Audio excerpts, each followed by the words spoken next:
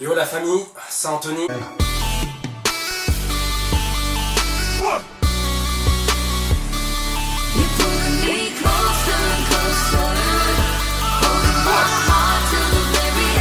Aujourd'hui on va aborder un sujet ultra que le fait de savoir ce que tu vas manger ce soir, plus important encore que le fait que tu aies peut-être raté tes examens, plus important encore que Game of Thrones qui annonce bientôt sa fin. On va tout simplement parler du sujet capital qui est de pourquoi un chrétien doit-il lire sa Bible. Un chrétien qui ne lit pas sa Bible, c'est comme un soldat qui va à la guerre sans fusil ni casque. Il n'est pas prêt. Or, être chrétien, c'est être en guerre spirituelle constante face à un ennemi invisible qui rôde comme un lion. D'où le fait que nous devons être constamment prêts à combattre. Et lire la Bible nous permet justement de nous équiper de ces armes spirituelles que Dieu nous a données. Un chrétien qui ne lit pas sa Bible, c'est comme un oiseau en cage.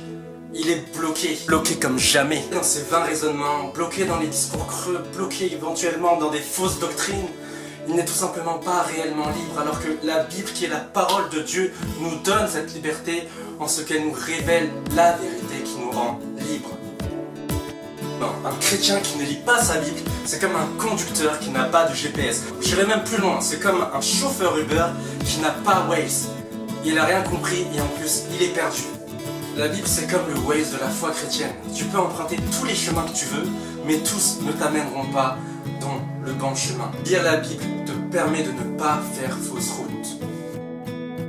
Un chrétien qui ne lit pas sa Bible, c'est comme un McDonald's sans Wi-Fi.